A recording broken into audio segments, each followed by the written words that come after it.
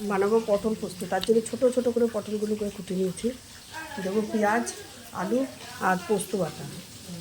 এবার কীভাবে করি আপনাদের সাথে সেটাই শেয়ার। আগে আমি পটলটাকে ভেজে নিচ্ছি।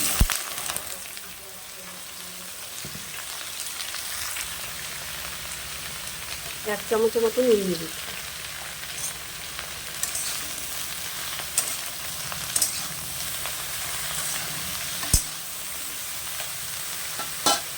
মোটামুটি পটলগুলো আমার একটু ভাজা হয়ে যাচ্ছে। একটু কালো জিরে ফোড়ন দিলাম, এর মধ্যে আমি আলুটা দিয়ে দেবো।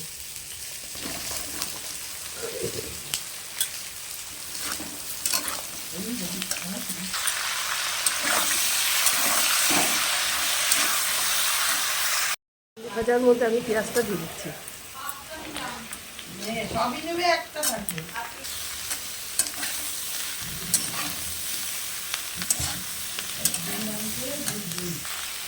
এর মধ্যে আমি পোস্তটা দিয়ে দিলাম।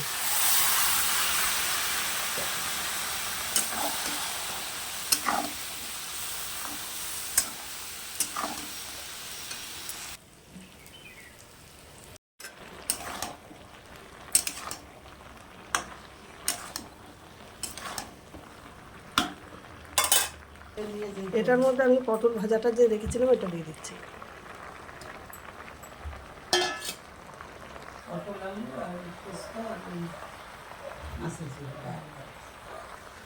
এর মধ্যে সামান্য পরিমাণে একটু মিষ্টি দিয়ে দিচ্ছি।